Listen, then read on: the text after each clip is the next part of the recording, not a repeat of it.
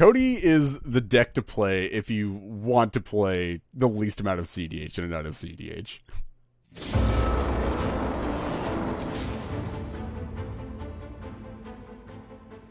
Hello, everyone, and welcome to the Playing with Power podcast, the podcast where we talk about all things CEDH, EDH, and Magic the Gathering.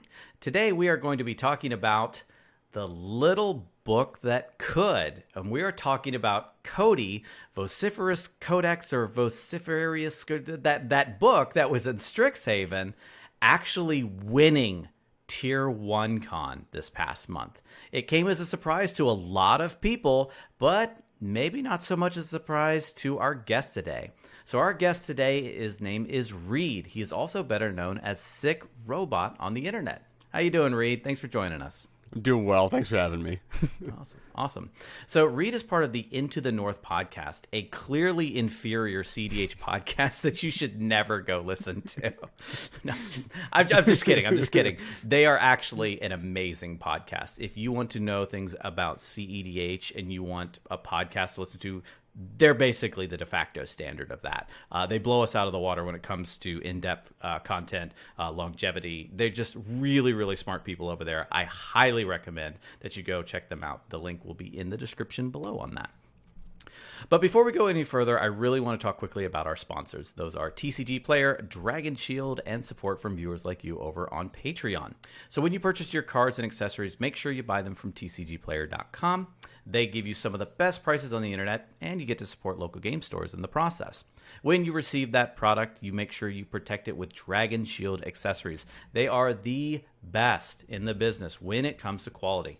Playing with Power has been supporting them to protect all of our expensive cards for years, and that was before they were even our sponsor. We love Dragon Shield.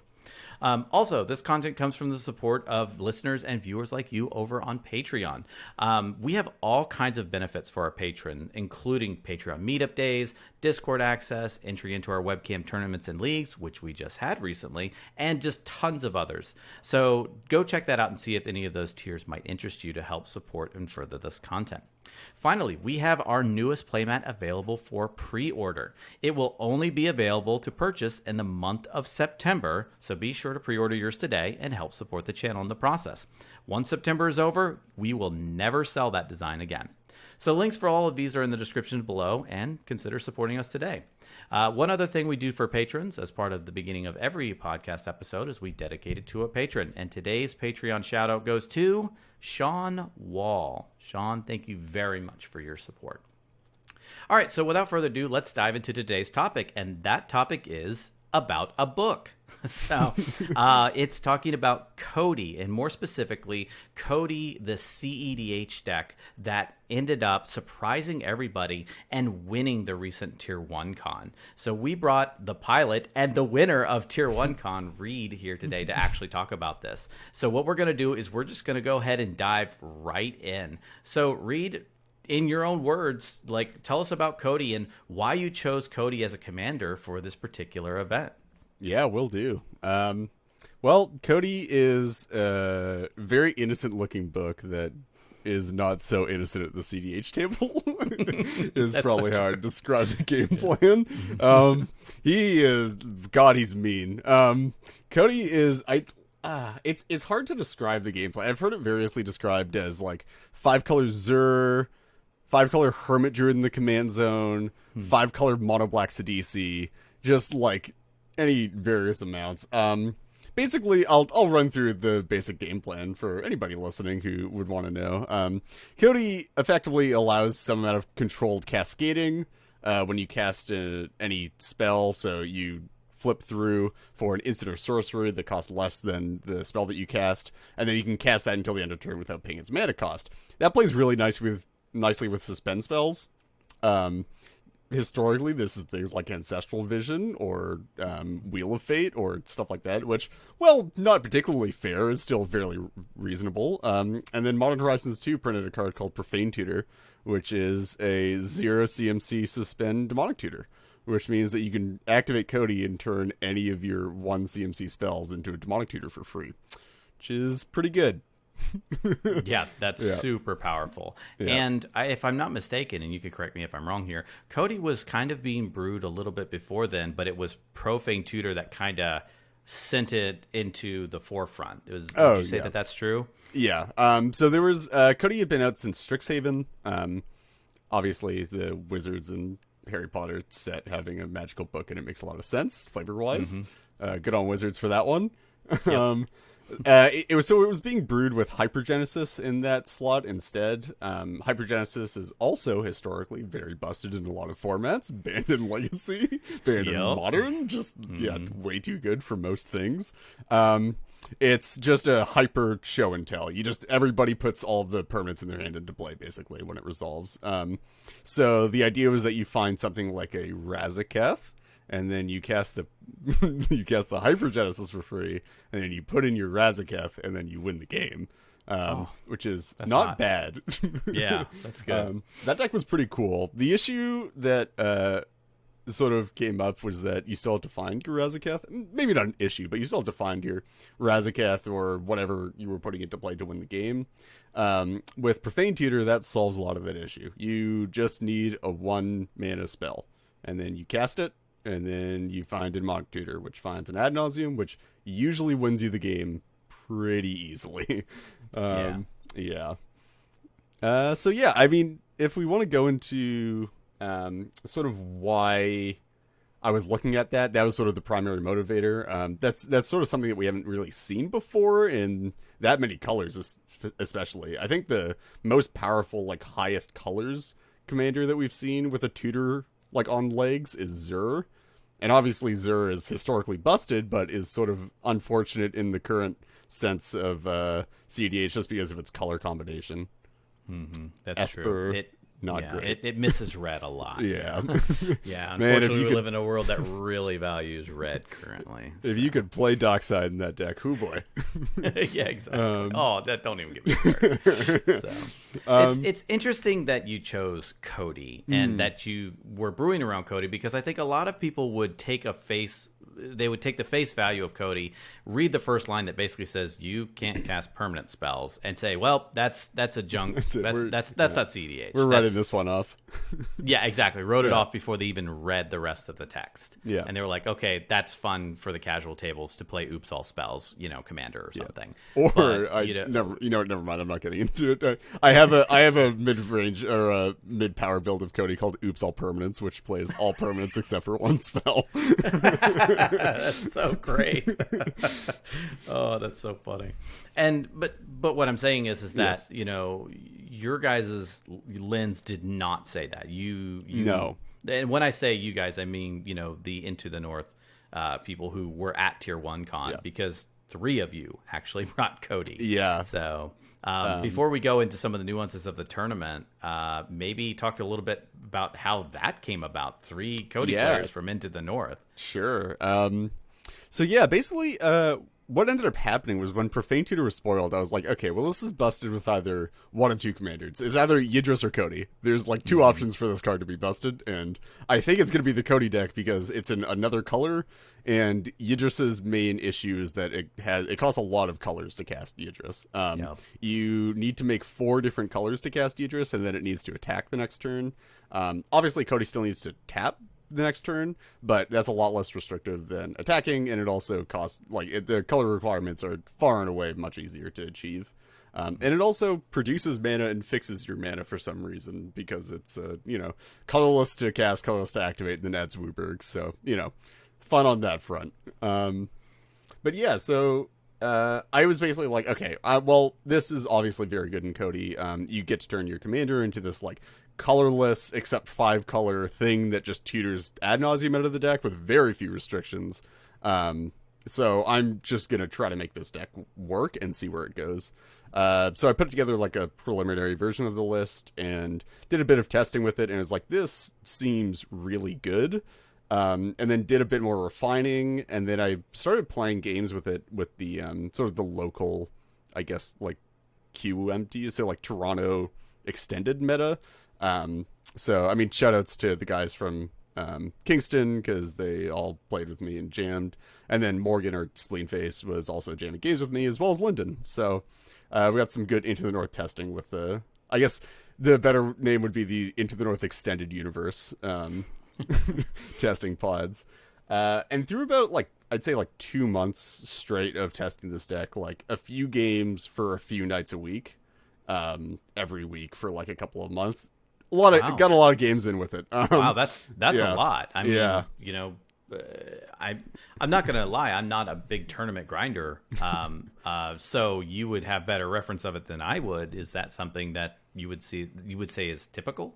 I would say I typically don't play my decks leading into a tournament that much, but the sort of the weird thing here was that I wasn't initially planning on bringing Codie to Tier 1. Like, this is just like preliminary, like, brewing, like, Profane Tutor gets spoiled. Oh, I'm gonna play Codie a bunch to try to get this deck locked down, and then, like, the creeping horizon of Tier 1 con getting closer and closer and closer, and then, like, me making Codie better, is, like, sort of how this works out, in that, like, I'm playing these games sort of for fun, for testing purposes, but also I'm like, well, I have to figure out what deck I'm bringing to this tournament, so I'm gonna play even more with it to try to figure out, like, if it's the deck that I'm bringing.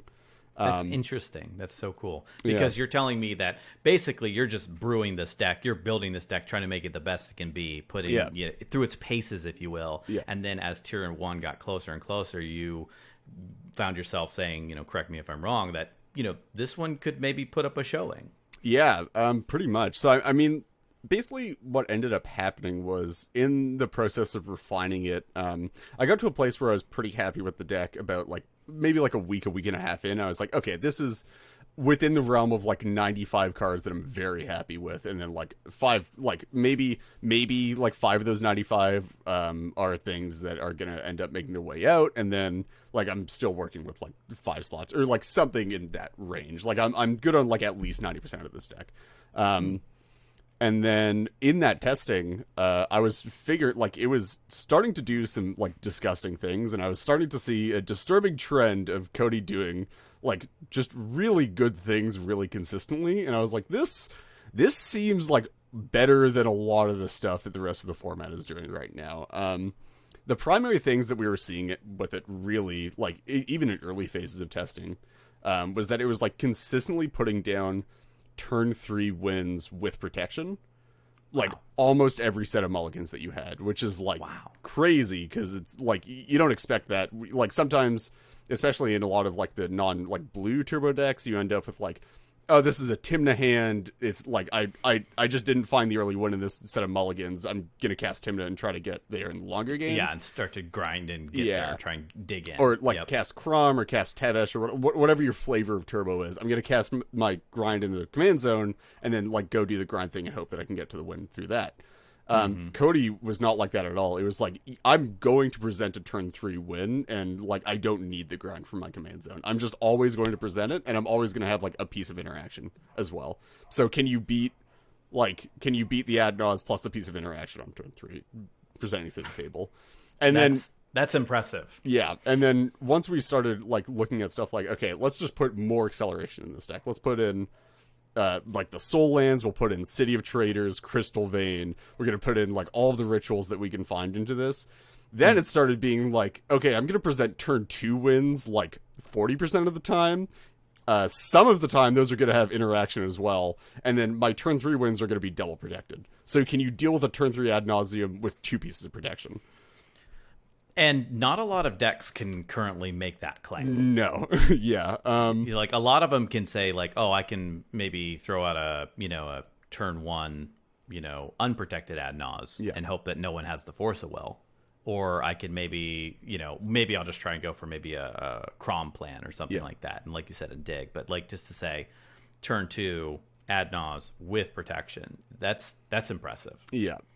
And I mean, that's the exact, like, reaction that we had, which is just like, this is, like, impressive on a lot of fronts. And I mean, I'm gonna be completely honest, during testing, the deck only had, like, a 20% win rate or something like that, but that's coming, like, it doesn't sound that great, because obviously average win rate in CEDH and a 4-player format is 25%. It's about, like, 5% under what you'd expect.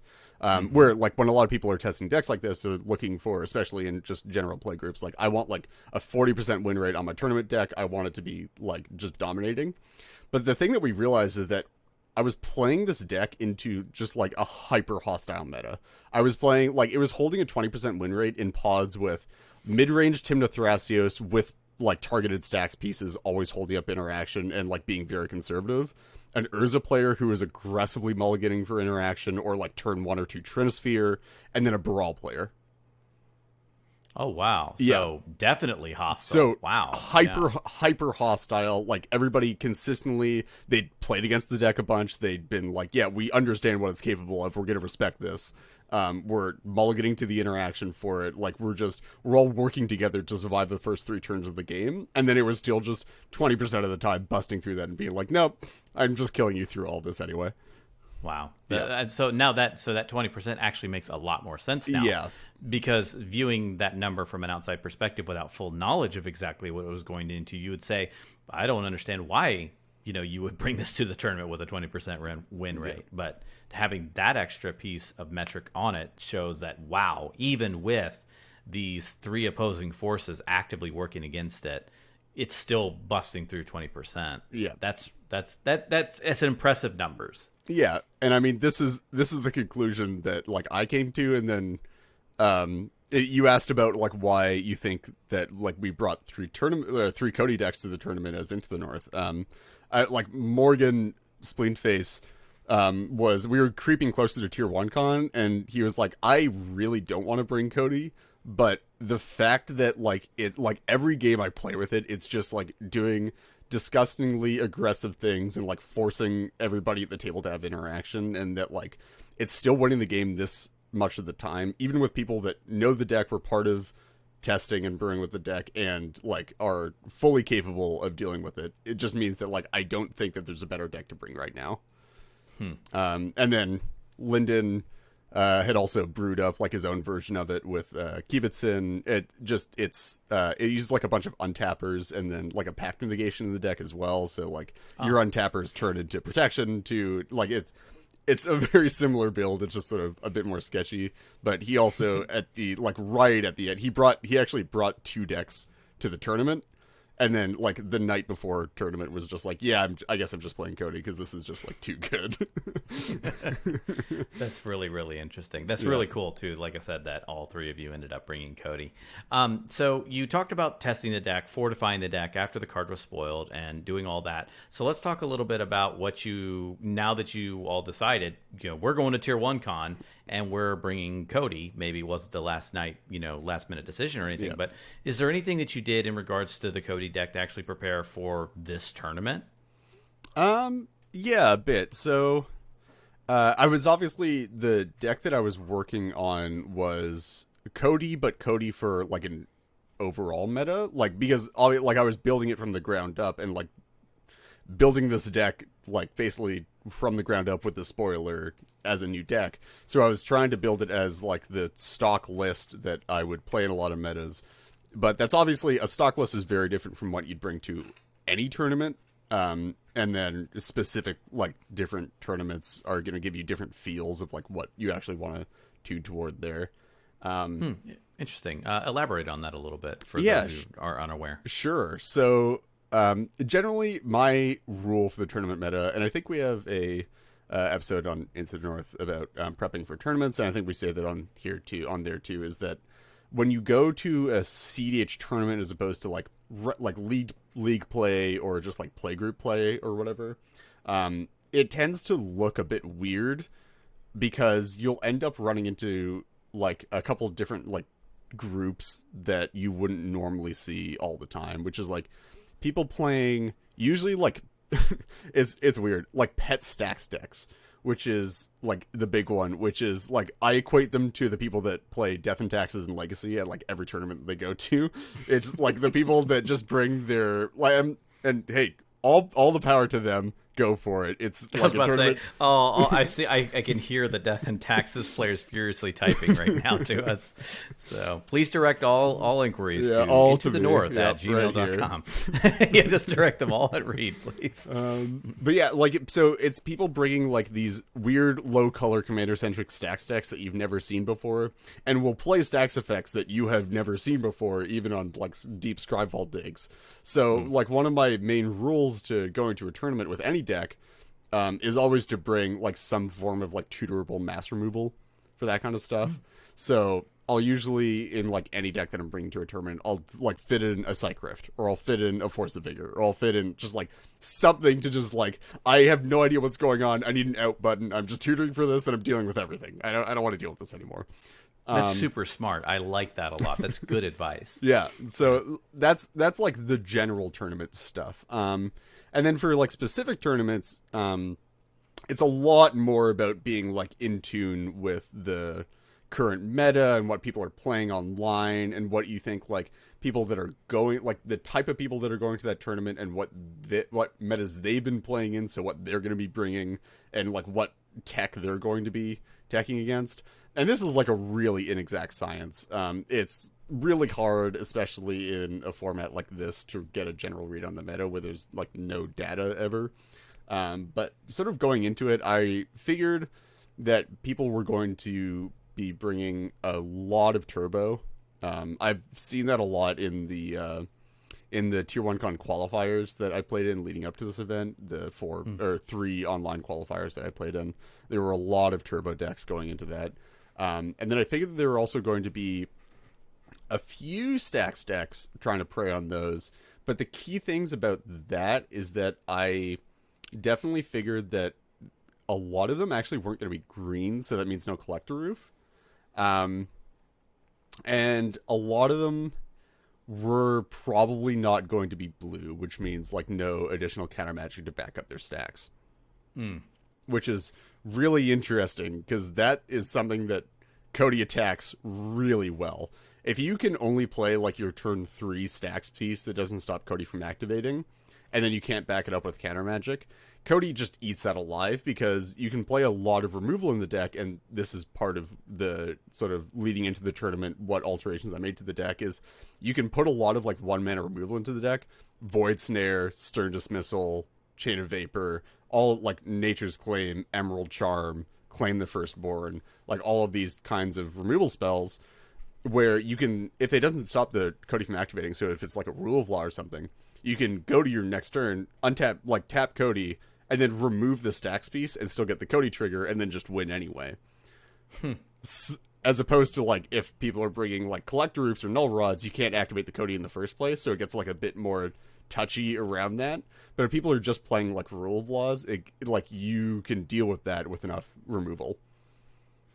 I think a big instinct for people from, looking into CDH metas, and maybe this is their first tournament, they say, oh, well, obviously Turbo Naz is absolutely dominating everything in CDH right now. I took a look at the deck list database, and everything says Turbo Naz with X commander. Yep. So obviously I think the thing to counter Turbo Naz is Rule of Law. It's kind of everyone's first instinctual reaction to that. So it's interesting that you have that Codie actually has a way to fight through, even its silver bullets in ways that people weren't even expecting. People were thinking Rule of Law was its silver bullet, and it didn't even end up being that. Yeah. Really, we can get into this a bit more later, but I think, part of the reason why I thought Codie was good here is because I think the silver bullets for like Turbo Naz and for Codie are like slightly different. In that, like, the Rule of Laws are really good against the grindy Turbo Naz decks, because, like, you're still limiting them turn after turn, even when they're drawing more cards, and you can sort of, like, land more stacks pieces after that. With Codie, it's really a mana efficiency thing. You have to get them down early, and you have to, like, stop the Codie before they even get started. Because otherwise, you're just giving them the opportunity to, like, point removal at it or whatever, that kind of stuff.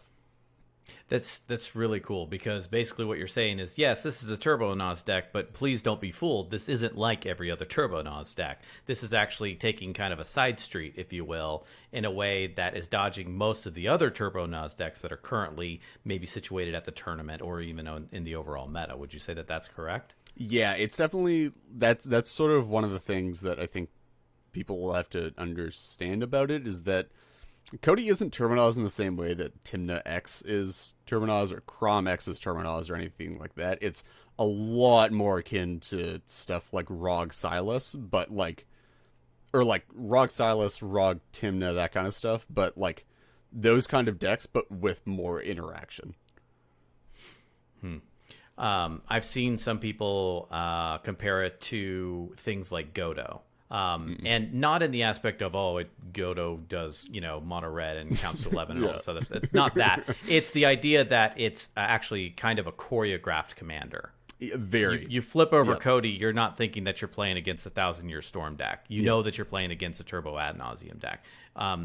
And would you say that you were seeing that as you were playtesting or as you were preparing? Was that even a case, or was it unassuming? Talk to me a little bit about that. Yeah, I mean, so that was definitely the case when I was testing with people who I had been in contact with and who had been sort of like witnessing or on the sidelines as I've been like testing and like iterating on the deck. But it was certainly it was certainly a thing going into the tournament that we figured that a lot of people hadn't actually seen Codie before and didn't actually know what it was going to be doing. Which, like, the fact that Codie is so telegraphed and choreographed is a weakness of the deck. But that's another thing going into this tournament that we thought was going to be mitigated because it was so new. I hadn't really been playing a lot of Codie outside of our private testing sessions that much. It hadn't really gotten a lot of publicity. If you look at the last month leading up to the tournament, there wasn't a lot of content being put out with Codie in it. There wasn't a lot of buzz about it being a good deck or anything like that. It was just sort of there and nobody was really talking anything about it. So there wasn't a high chance that if you went into a random pod in the tier 1 con tournament, people might have actually even known what it was doing. Mm-hmm. I remember, I believe that there were submissions to the deck list database for Codie, and then it was actually intentionally pushed off because right as the next publication schedule for the DDB, Profane Tutor had just come out and kind of shook everything up. And so it hadn't even made it to the DDB yet. Yeah, that was sort of... God, the fact that you brought that up is actually hilarious because it's going to make people just accuse me of... just colluding to keep Codie off of the database so I could go win a tournament with it. I mean, come on. But we certainly, that was sort of one aspect of it as well, is that I still stand by this decision. We did make the executive decision to restrict Codie submissions for that review cycle because Profane Tutor was just spoiled, and if we had put the Hypergenesis Codie decks in the database, they would have been immediately out of date, and we didn't really want to accept submissions for Profane Tutor immediately and just rush it on. So unfortunate that it's sort of people can take off their tinfoil hats. People aren't going that deep here. Come on, guys. It's calm down. All right, cool. So you talked about some of your preparation for the tournament. Talked a little bit about the meta. You said you were looking at some of the tier 1 matches leading up to this and stuff like that. Were there any other considerations you made for tier 1? Or anything like that, or was that basically just the gist of it? I mean, that was sort of the gist of it. Basically, the idea was just that I was going to tech the deck a bit more toward removal and make sure that there was adequate removal in the deck to at least fight through a single stacks piece a lot of the time. Basically, the goal was just to, if I sat down at a table and saw a deck that was likely to be a stacks deck or likely to have stacks pieces, I'd be able to find a removal spell in a playable hand in my mulligans. That's cool. So you took that into consideration during things like mulligans. Yeah. Okay. So before we kind of dig into the actual nitty gritty of the tournament itself, there's one other thing I wanted to kind of ask, and that was, what are some things that you did in regards to the deck construction that anybody who might have their interest piqued about Codie would want to know about? Yeah, so just sort of riffing on that a bit more, it was a lot of finding the right removal to play in Codie. It's sort of weird because you want to maintain your one CMC-ness in Codie as much as you can. You want to be able to consistently trigger Codie whenever you can activate him and get to the Profane Tutor immediately. So it's sort of hard to balance that with finding removal spells that you can play that aren't just Chain of Vapor, Nature's Claim, and then that's usually the only 2 1-mana spells that people play in removal slots in 5-color decks. So you sort of have to start digging a bit more to find more playable stuff there. So you did have to kind of maybe gear yourself a little bit more towards playing the Codie strategy versus let me just grab the CEDH staples list and paste it into this deck. Yeah, 100%. I mean, like, it's not playing Assassin's Trophy. It's only on Abrupt Decay just because you can tutor for Abrupt Decay to deal with stuff uncounterably. Everything else is just like one mana removal aside from exactly Snapback, which just has it. I'm not going to get into all of it here, but it has, you can remove Codie for free after an ad nauseum with Snapback, basically is what it comes down to. Yeah, and that's actually something else to note about piloting a Codie deck. So those of you who are unfamiliar with Codie, basically you can't cast permanent spells. Yeah. Well, a lot of times ad nauseum wins through chaining together things like acceleration into their eventual win con, which, you know, is Thassa's Oracle in this particular scenario. Well, that's a permanent. So how do you get around that kind of thing? And that's not something that people are overly aware of with how to properly do that. So talk us quickly for like 30 seconds about what that strategy looks like, just, you know, goldfishing it, you know, sure, what does that look like when piloting Codie? Well, so a lot of the time you're just looking to, obviously there are ways to remove the, get the Codie out of play in your hand when you're about to go for the ad nauseum. We play a lot of like stuff like sacrifice rituals, so, you know, the classic Calling the Weak, but also going a bit further down that path with sacrifice and burnt offering, infernal plunge, that kind of stuff. Just stuff that sacrifices Codie, gets the trigger to get the profane tutor, and adds mana. So all the stuff that you want to be doing in Codie, which you can also achieve those like after ad nauseum. So if you have an extra mana left over when you resolve the ad nauseum, you can just cast one of those, get your mana back on them, get Codie out of play, and then you're home free, and you can go chain all the rituals and mana positive rocks to your heart content to get there. And then we also just some of the, or actually a lot of the removal spells in Codie can actually double as ways to get Codie off the board in an emergency. So Nature's Claim kills Codie. Chain of Vapor gets it off the board. Void Snare gets it off the board. Again, Snapback gets it off the board. We also are playing Phyrexian Tower in the mana base, so you can use that to get Codie off the board, which also makes crop rotation a viable way to get Codie off the board. There's a lot of stuff that can do it. So you just have to make sure that you're looking for one of those, because I'm actually not sure the deck can win at all with Codie in play. But that's why we play all these cards, to get rid of it. But these cards are also doing double duty at the same time. That can, because it's removal for Codie, but it's also removal for, like you said, those stacks pieces that might be troublesome, or anything else that might be stopping your game plan from completing. Exactly. Or they're just rituals, which great, awesome. But ad nauseum deck, I want to cast rituals. So what about the resiliency of the deck? Is this glass cannon? Is this a deck that basically says, I'm going to try it once, and if I don't succeed, I just sit there and do nothing till the game's over? Talk to me a little about resiliency. So it is, but it's not.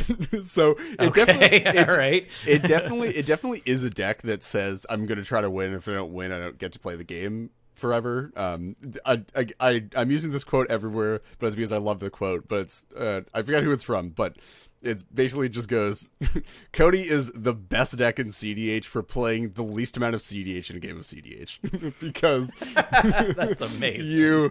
You basically, your entire game plan is to try to end the game as soon as possible and not play like any amount of CEDH at all. Like the best games for playing Codie are the games where the game ends in less time than it took to resolve mulligans. And I've had a lot of those, but if you don't win, you literally just sit at the table doing nothing for like half an hour to an hour and a half, and like you are literally doing nothing. You're just drawing a card every turn and hoping that you don't die. So basically, you're trying to mitigate this glass cannon, if you will, by just pure speed. Yes, but so the other side of that, and why I said sort of, is because while Codie is, again, very comparable to stuff like Rograk Silas or Rograk Timna, or those like very, very fast turbo ad nauseam decks with like middling mid-game or late-game grind potential, it is a lot more interactive than those decks. You consistently have like a piece of interaction more than those decks, if not two. You play a lot of free interaction. Again, like almost all of your counter magic is either free or 1 mana, which makes it very achievable to be able to cast that on your combo turn. So it's it's glass cannon in the sense that if you fail, you're very unlikely to win that game. Or if you fail on your first attempt, you're very unlikely to win that game. But it's not so much glass cannon in that first attempt is a heck of a first attempt. It's going to have a lot of oomph behind it, and it's going to have a lot of protection behind it a lot of the time. Okay, so while it is a first and sometimes only attempt, it's an attempt that is quite the haymaker. Yeah, exactly. Okay. Interesting. Okay. So we talked about, Codie and your deck building, your brewing process, your testing process, and, selecting it for the tournament. So let's dive into the tournament now. So great. For the listeners and viewers who weren't privy to Tier 1 Con, it was held in Copenhagen, Denmark, and it was held over 2 days. So basically we had day 1 of the tournament, which was rounds 1 through 4, and then day 2 of the tournament was round 5, and then cut to top 16 and then the finals. So walk me through this tournament. So just start with day 1. Great. So yeah, I'll go through. So day 1, which was on the Saturday. So sat down after the players meeting, got into a pod. I was playing, I believe in turn order was Marin, Kinnan, myself, and then a Timna Crom deck. Which was, it seemed fine. The Marin going first is pretty nice compared to something like a Timna Crom going first a lot of the time. There's no real chance of me dying or like getting wheeled turn 1. Worst case scenario is Marin like playing like Mana Accelerant to Collector Oof or like some weird other stacks effect. Kinnan obviously not great. Kinnan makes a lot of mana and is in low colors, which means they tend to be pretty interactive a lot of the time. I think some Kinnan decks have cut interaction, but I'm still usually wary of them just like having extra blue mana left over because they're making so much mana, and then they just have an interactive piece. And then Timna Crom in 4th seat. So going into this pod, it's reasonable. Unfortunately, the mulligans here weren't that great. The entirety of this, or not the entirety, but I'd say 75% of this game, my only permanent play was a Mana Crypt. Oh. Yep. That's about how badly it went. Mostly, mostly off the back of a turn 1 root maze from Marin going first. Yeah. Yeah, that'll do it. But fortunately enough, Codie is somehow really good at not dying, and I managed to take it to a draw in time. Oh, okay. Yeah. So you actually ended up drawing. I did. I actually ended up drawing that one. And that's actually, I did want to touch on this a bit, is that Codie is actually strangely good in a tournament format for this reason as well. Because the deck is so interactive, if you don't win on your first win attempt, you can just sort of like 25% of your draws off the top are like counter magic and removal. So you could just like very easily stop yourself from dying for the rest of the round until you can go to time and then just take it to a draw. If I'm going down, I'm taking all of you with me. Exactly. So funny.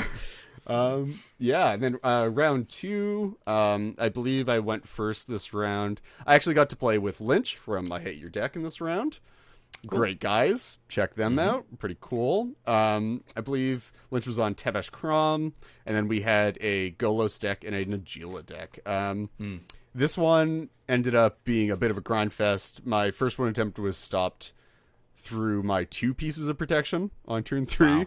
Yep. Wow. Unfortunate, but that happened. Fortunately enough, I ended up taking it down with an Underworld Breach in the later parts of the game. That is one of the classic backup lines in the deck, is you eventually draw into Codie removal, get Codie out of play, and then reuse the Profane Tutor with like a Mizzix's Mastery in this case, or just find an actual tutor off the top, or have an actual tutor left over in your hand, because you don't usually need to cast the tutors to win the first time.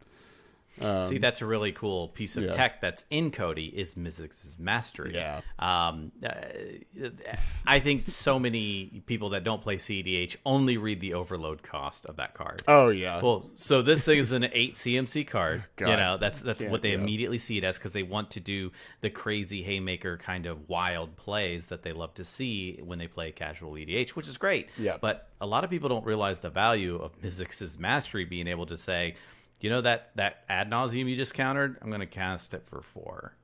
Yeah, I'm gonna cast it for 4. I'm gonna cast it for a red instead of double black, which is like so much easier to achieve.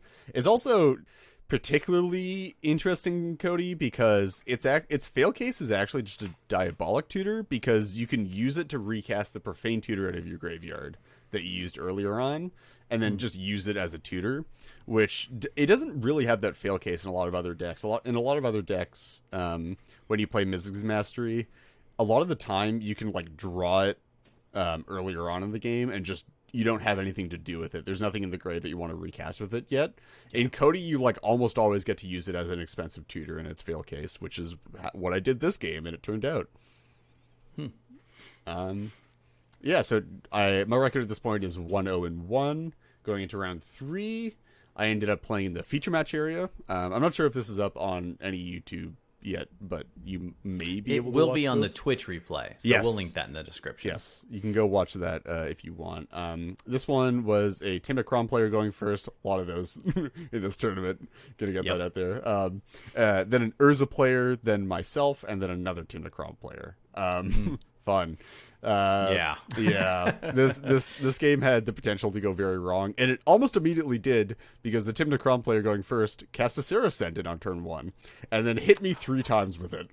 Oh wow! So they weren't fooled by the book. No, not at all. They didn't get fooled. So this game ended up just. I believe I drew my Bring to Light. By the way, hot piece of Codie tech. Bring to Light allows you to fix your mana off of Codie, or you use Codie's fixed mana to cast a Bring to Light, and then it lets you cast an Ad Nauseam for free. So it's basically just casting an Ad Nauseam for Wooburg instead of Black 3, which is nice a lot of the time. Not to mention that it's from your library. Yes. You don't even have to have it in your hand. Yep. You search and cast Ad Nauseam with Bring to Light. Amazing piece of tech for this. Very convenient. So I actually had it in hand, so I ended up activating Codie, casting the Bring to Light. It got countered, but that meant that I got to make the excuse that I didn't have an Ad Nauseam anymore. So you guys have to not hit me with the Sarah Ascendant and go focus on other people. Which did in fact let me live long enough to take the table by surprise by, I believe it was a silence into another backup breach line. Okay. So you closed that game out with Breach as well. Yes. That's actually a recurring pattern in the Codie games where you don't immediately win, is that you, a lot of the time, go for Breach backup lines. They're pretty card efficient. If you still have a tutor, then you can like use the Breach to reuse the tutor for like the other 2 pieces of the combo, which is very convenient. So yeah, we're at 2-0-1 now. Going into round 4. This pod, I forget the other 2 players in this. I'm sorry, guys. This was the end of the day. I was very tired. I was still a bit jet lagged. It was myself going first, and then a Gitrog player, and then 2 other blue decks. I kept a hand with Soul Ring in it, which is very good in this deck because it just basically having a Soul Ring in your opening hand usually just converts to a turn 3. Oh, wow. That's just how the deck works. I'm sorry.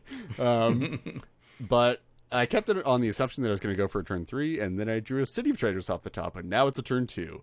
Wow. Yeah, so played Codie turn 1. Gitrog had to play a Dork turn 1, and then I believe the other 2 players held up interaction.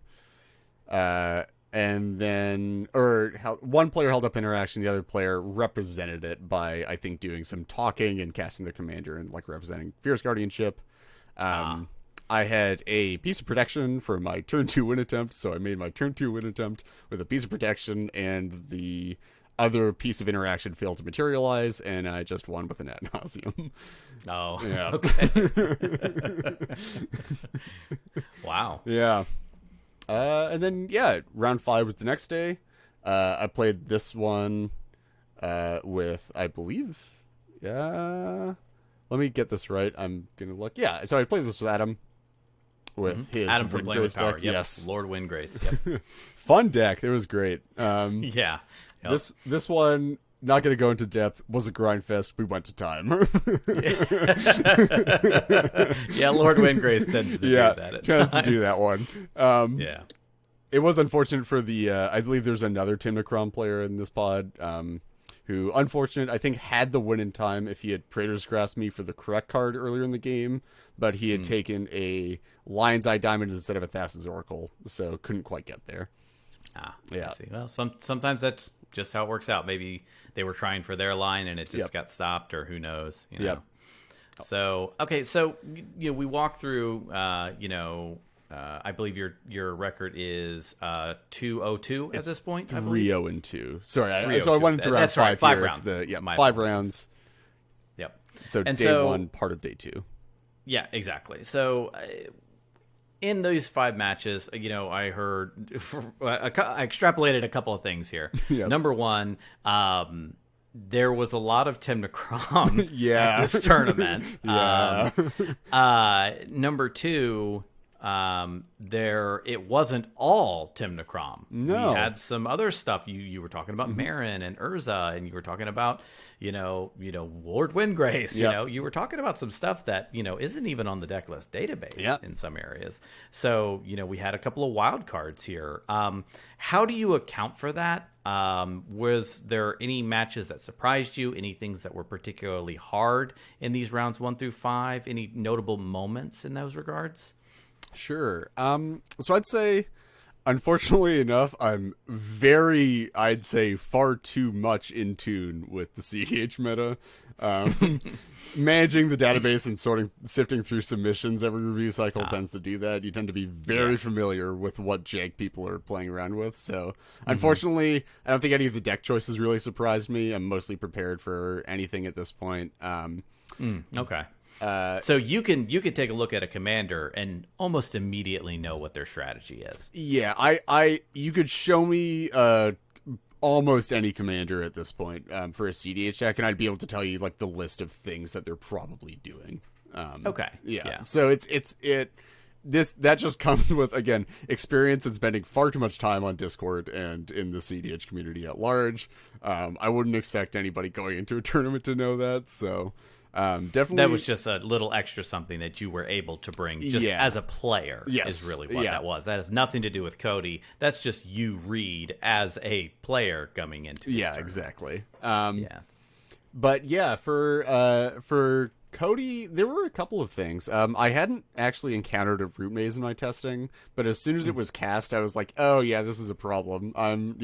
If people are playing a lot of root maze, this is going to be an issue. So that was definitely something that I picked up like immediately on. There was some cool stuff going on in some of those rounds. The Golos deck was actually. I'll give you. You know what? I'll give you 3 guesses as to what the Golos deck strategy was. Oh boy, yeah. I'll take one guess. Yeah. It looks to get Boseiju and then cast an ad nauseum. That's exactly what I thought, and I was completely wrong. He ended up casting a Tainted Pact and flipped over 4 ultimatums in the process of doing so. Oh my god. Yep. And then I get probed his hand at one point, and he revealed the 5th ultimatum, and I was like, I see what you're doing now. This is a lot different from what I figured.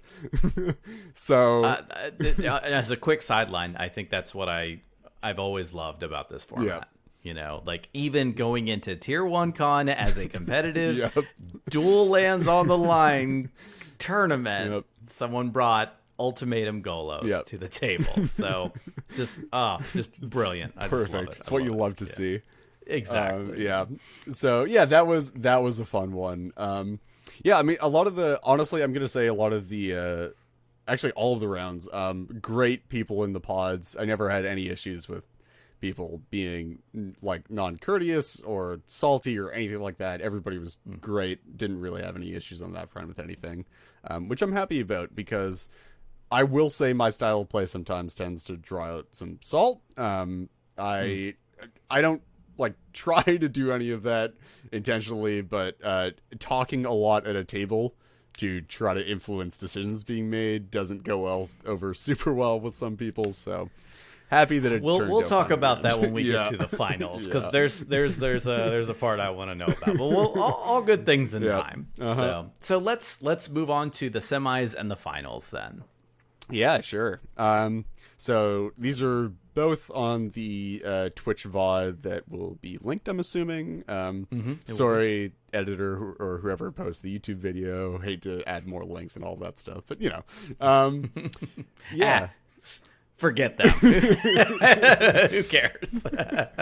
Yeah, so going into semifinals, thankfully enough, so how the tournament structure in Tier 1 Con works, and it worked for this way for the qualifiers as well, is that the seed of you coming out of Swiss determines your seating order. It's very difficult to not get those mixed up or to not slur words on that. So basically, I came out of Swiss rounds as first seed. So that means that I for both of the semifinals and finals, I got to go first in my pod, which let me tell you is real good when you're playing Codie. I can imagine. I think we tracked after the tournament, and it was like between all three of us, Codie lost once going first, which was in the semifinal games with Morgan, and that was because of everybody at the table holding up interaction for 3 turns in a row. Wow. Yeah. So super huge boon for me. Going to the semifinals, it was myself, and then it was Gustav on my left, well-known CDH personality and Discord at least. I think he plays in a lot of the online tournaments. He does. Yep. Plays Crom. Ecracrom Citadel. There we go. Icrom Citadel. Yep. With some spicy stuff in there. There's almost always a counterbalance in there in your turbo deck, which is pretty neat. He loves the top of his deck. Loves it. Gustav is a great player. Love Gustav. So we had him, and then we had Mons CEDH TV on his trademark Sisse list going third. And then we had a newcomer on Tymna Thrasios Grind, which I had a soft spot in my heart for because I love Tymna Thrasios, just grind pile. That's one of my favorite decks of all time. I'm sad I don't get to bring it to more tournaments because unfortunately things like Codie forced me to play them because they're far too good, but that is the deck that I would play until the end of time if I could.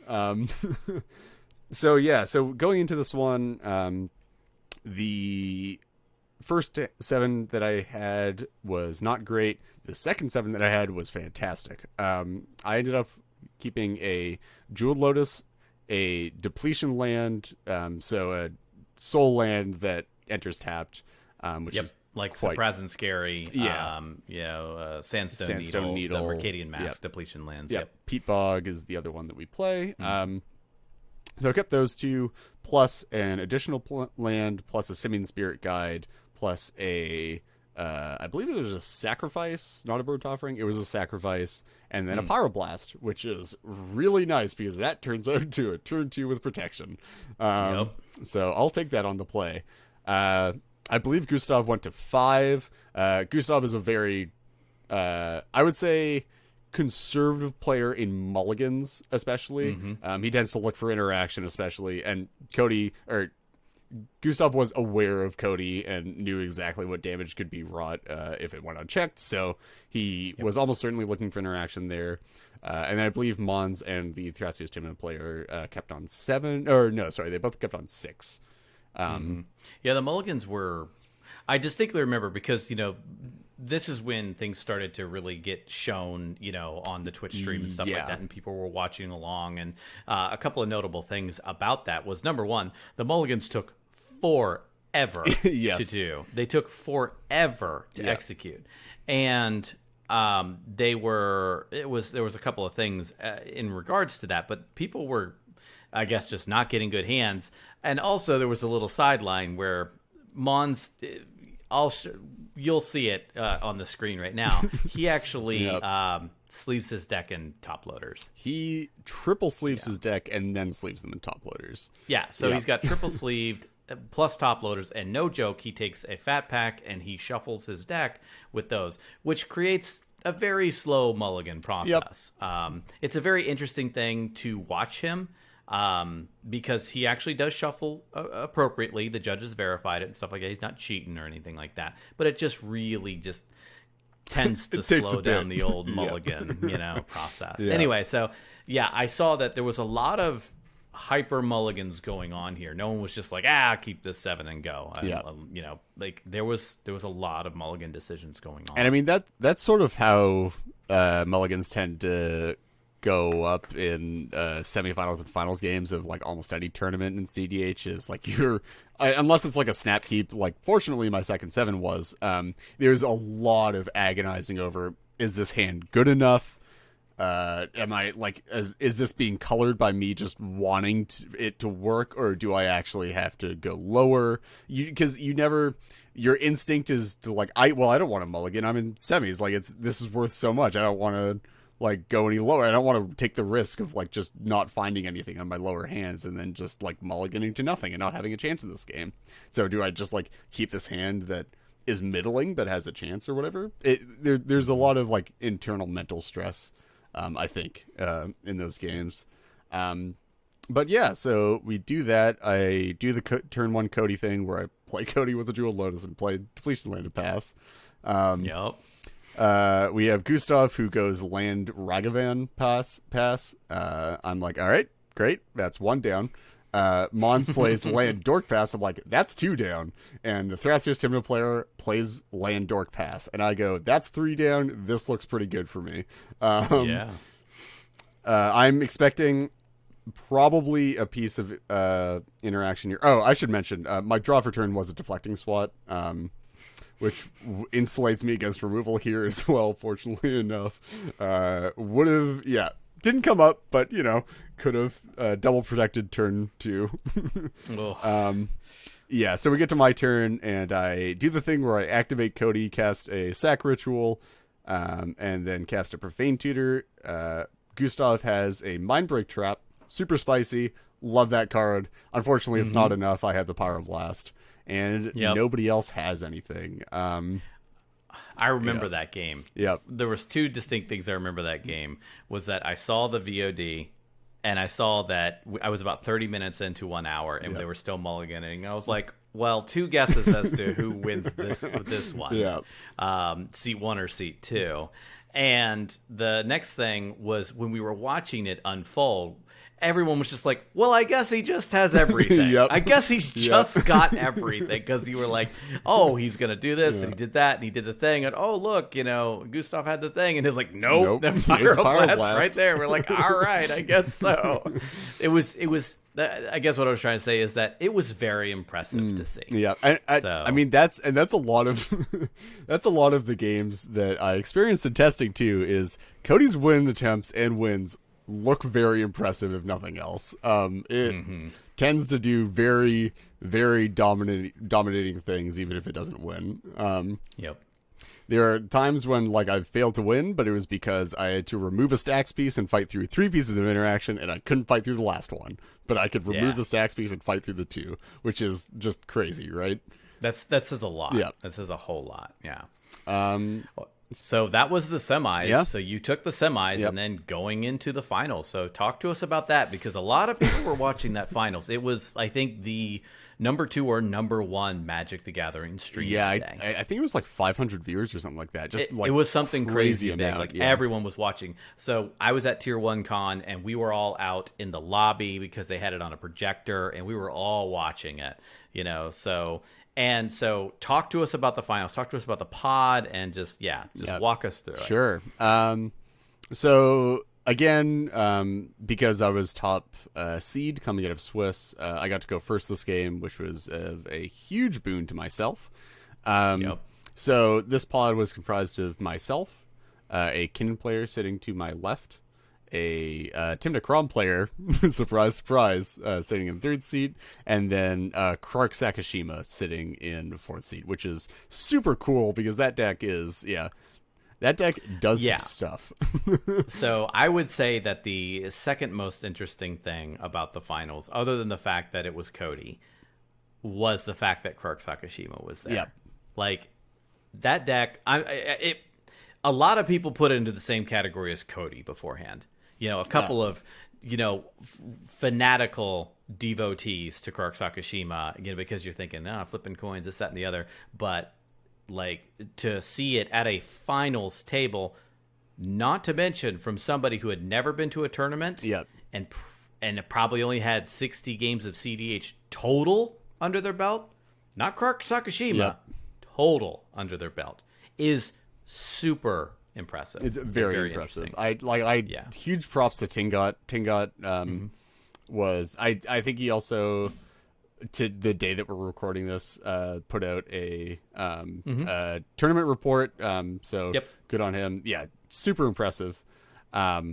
It's sort of cool to see. Again, we always see these decks making runs, but it's no less entertaining to see them make the run, right? Yes, exactly. It's just awesome. But yeah, so we got into the game. This, basically the mulligans in this game for me took on the form of exactly what I was just talking about, which was sort of agonizing sevens. The issue with mulliganing in Codie is because you have such good chances for really good hands, you really don't want to accept just a turn 3 without protection. It's just usually not good enough, especially in a tournament setting where people know what's going on. You really have to look for the good hands in your mulligans. So unfortunately, I threw away turn 3 without protection at 7, and then the second 7 wasn't great, and the 6 also wasn't great, and I went to 5. Not fantastic. I kept a hand that was, I believe, comprised of Dockside, Chromox, Silence, 2 lands. The plan was effectively just that I was going to cast a Dockside for a bunch because there was a Kinnan and Timnacrom deck at the table, and Kark Sakashima also plays a fair amount of artifact accelerants in that deck. Play Dockside for a bunch, play Codie, and then go for a protected turn 3 with the Silence. And there were a lot of draws to get me even better wins with that hand as well. More protection will do it there. More rituals, potentially. There are a fair number of outs. So, that being said, still wasn't feeling great about it. I was not under any illusion that this was a good hand, but it was sort of the one that I was forced to keep at 5. So basically, the texture of the game and how it went down is the Kinnan player presented a Basalt Monolith on turn 2, which was really good. That unfortunately didn't win them the game. Kinnan does need to filter that infinite colorless mana from the Basalt Monolith somehow, and they didn't have the filter for it. So we didn't lose the game with the spot. The new land, the one that creates treasures, is usually their filter now. Oh yeah, and then they also, of course, play the mirror. I never forget what the mirror is called, but it's they play an artifact mana filter as well. And then obviously creature outlets as well. So they play a fair number of ways to win with it, but just didn't end up having one. What they did have was a Wandering Archaic, and that made my plan of silencing to do the thing very awkward because I probably couldn't pay for the silence and then also attempt to go for a win. Thankfully, at this point, I had actually drawn into a Brink to Light, and with the Dockside mana, I had been able to cast the Dockside the previous turn and make 3 mana, and then I had 3 lands, and they could generate the 5 mana, the 5 colors required to cast Bring to Light for Ad Nauseam. So I had Silence plus Ad Nauseam and the 6 mana to do both, but the Wandering Archaic definitely put a wrench in that plan a bit. So I was not looking forward to my turns going forward because I figured there was going to be a lot of pass, hope I don't have to burn the Silence to stop the Kinnan player at some point, and hopes that somebody removes something here because this is an immediate issue and we're probably going to lose to somebody. The issue in those kind of situations a lot of the time is that people will, because they're not hard winning the game and they're having to pass the turnaround, instead of going for removal, because that Basalt Monolith resolved, this scariness there is that Timnacrom will just be okay, well, I'm just gonna go for a win because they're probably gonna win next turn, and I don't want to try to remove it and deal with that. I'm just gonna try to go for the win and end the game immediately. So that's usually the scariness that happens there, which I was not a fan of. Thankfully, there was not a win attempt out of Timnacrom there. Believe they played a Rhystic Study. I could be wrong. That might have been an earlier game. They played something of not of consequence and tapped out for it. Was basically the result there. And then the Quark player untapped. they, I believe, didn't have the Krark yet. So, or I could be wrong. I think they did have. They did have the Krark. Okay, I think they had the Krark, and then had. They had a bounce spell. It's hard to remember. The end result is they had 1 mana left over after that, and before that even, they had a mana left over and were about to pass the turn, and I was not feeling great. And then the Krark Human player Tingot asked the table, "Hey, would bouncing anything here help?" And going back to my style of play, a lot of people would tell you, and I would tend to agree with them, I'm a fairly political player. Not in the way that I'm, like, trying to obviously take over the table or, like, mind trick and Jedi mind whatever people into doing my will at all points of the game. But I tend to try to take advantage of the social situations at the table for my advantage, as is politics. Mm-hmm. So when he says that, my immediate reaction is, I could take advantage of this. If I can get him to point this at the Wandering Archaic, I have a very good chance of winning this game. So I go into politicking mode. I don't know. It's just, if you go to the VOD, I laughed at myself watching this VOD because it's about, I would say it is like a good 3 minutes or so, maybe up to 5 minutes of literally my hands on screen just doing this. Yep. I distinctly remember the VOD. I was like, oh no.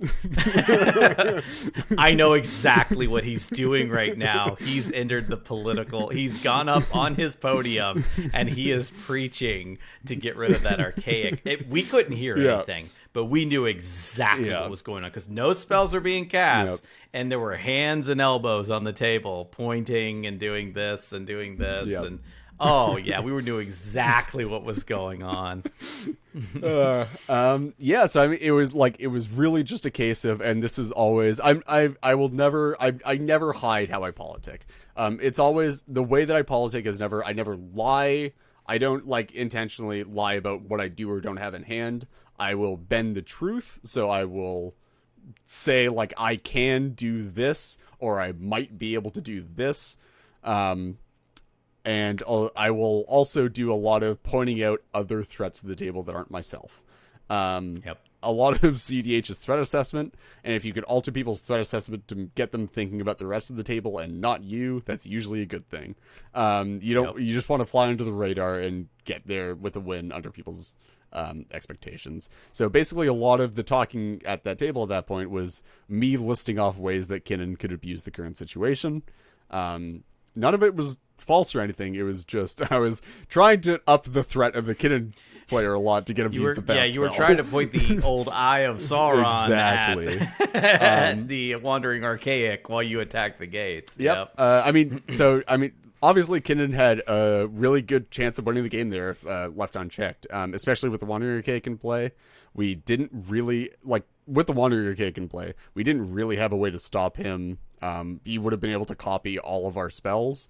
I think we were all mana restricted. I was the only one, not super mana restricted, but I was still, I wasn't going to burn treasures for a bunch of this stuff. And then any artifact tutor wins the game, any land tutor I guess won in the game there, any creature tutor won in the game, and then I don't know of a single tutor that wouldn't have. Yeah, seriously. And then also he had 1 blue mana, which meant that he could spin Kinnan once a turn, but every additional blue mana that he found would have let him spin Kinnan even more times. And one of the outlets for that deck is a creature, so you're seeing 7 more cards toward your outlets, 7 more cards toward the outlet, 7 more cards toward the outlet. So if we let that go on, things spiral out of control very quickly. Presenting infinite and not closing out the game was what some people would consider questionable. Just putting it and passing it definitely put all eyes on you when you do that. I mean, I certainly see the line of play though, just because it's a. I do too. You're putting this Wandering Archaic into play. Wandering Archaic is very good at stopping you from losing to other people and stopping other people from interacting with you. And then you're in a pretty dominant position. But yeah, certainly that was the catalyst that sort of allowed me to get rid of the rest of the stuff at the table. So the thing at that point was really about whether the Wanderer Cake needed to be removed, or whether like the Kinnan and the Basalt Monolith needed to be removed.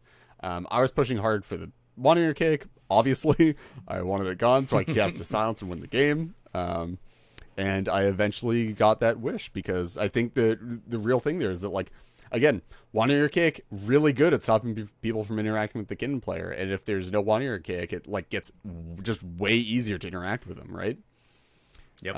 So he pointed a Void Snare at the Wanderer Cake and flipped for Krark, and let me tell you, that was probably the most stressful part of the tournament, was waiting for that coin flip to resolve, because if he had lost the coin flip and the Void Snare went back to his hand, like, I don't think there's almost any way I'm winning that tournament, because the Wanderer Cake stick your in play, win or loss boiled down to a coin flip, if you will. And it's a wild thought. Let me tell you, such is the life of a Codie player.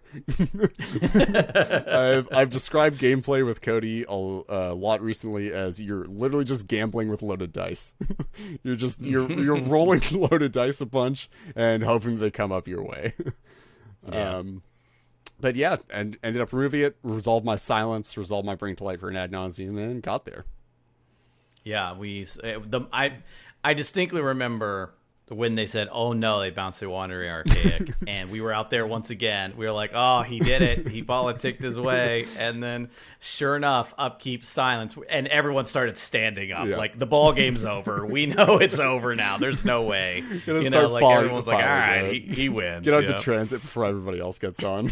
Yeah, exactly. Got to get to the whole parking lot before the traffic lets out. So they knew. Yep. So yeah, that was, then you kind of resolved your ad nause. We saw, the amazing flips, got Thoracle in there and all that kind of stuff, and you closed out the game from that point. Yep. So first of all, congrats. Thank you. On winning the tournament. So it definitely, I mean, sometimes from an outside perspective looking in, when you see some of the resiliency of some decks or some decks that surprise you, you can sometimes think, well, that person was over advantaged in that tournament. And from what you're describing, that definitely was not the case. You were fighting. Fighting for your life in multiple rounds. You definitely fought your way to this win. They were not just given to you.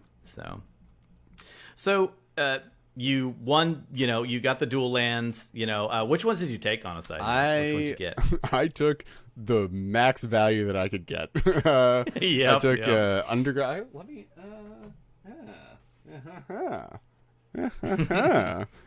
These ones right there. Okay. Yeah. Volk, Underground Sea, and Scrubland, I believe, right? Yep. Yep.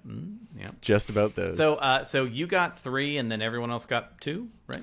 So how it worked was, I got the. Because that didn't equal 10 in my head. No, yeah, right. I was like, so I got the first 2 picks for winning. Everybody else got, I believe, a pick in snake order. So second, third, fourth, third, second, and then the last one was given away randomly. Thankfully enough, at least in my opinion, it went to the second place player, because I think it's just proper the way that happened. If you come out second in the tournament through seeding and such, I think it just makes sense. So yeah. It was super cool. It was a super cool tournament to be a part of. It was a super cool tournament to watch. It was an absolute fantastic time. So what are some of the main takeaways from this tournament? Not only just playing in it from a tier 1 con perspective, but as a Codie pilot. Yeah, I mean, really, it was sort of just like proof of concept. Maybe not proof of concept, like just like proof of the theory going into it, which was that Codie's a very strong deck right now. It does something that not really any other decks can do, with that level of consistency anyway. It was flying under the radar. Not a lot of people had really touched it or played against it that much. It was sort of being underestimated, and it was, I think, a pretty good point of attack for a meta that was unprepared for it. I think that Codie is very good in a general Turbo Nos meta. I think Codie's like the apex predator in a Turbo Nos meta, because it's as fast or faster than a lot of Turbo Nos decks, while also being more interactive on its winning turn a lot of the time, which is just a winning formula for like the meta where you're trying to go fast.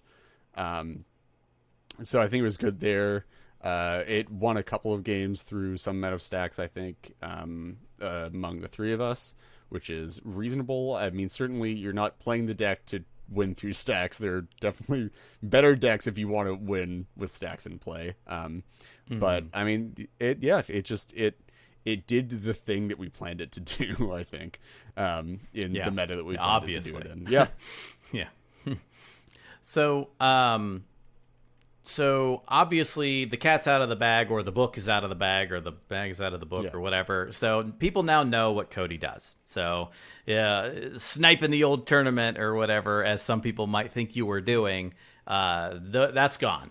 Officially, Codie is revealed to the world. Yeah. You know, and so a couple of things. So what would you, now that people are probably going to inevitably start picking up Codie and playing with Codie and stuff like that, what are some things that you would tell to anyone who's wanting to pick up Codie now that you've piloted, tested it, won a tournament with it?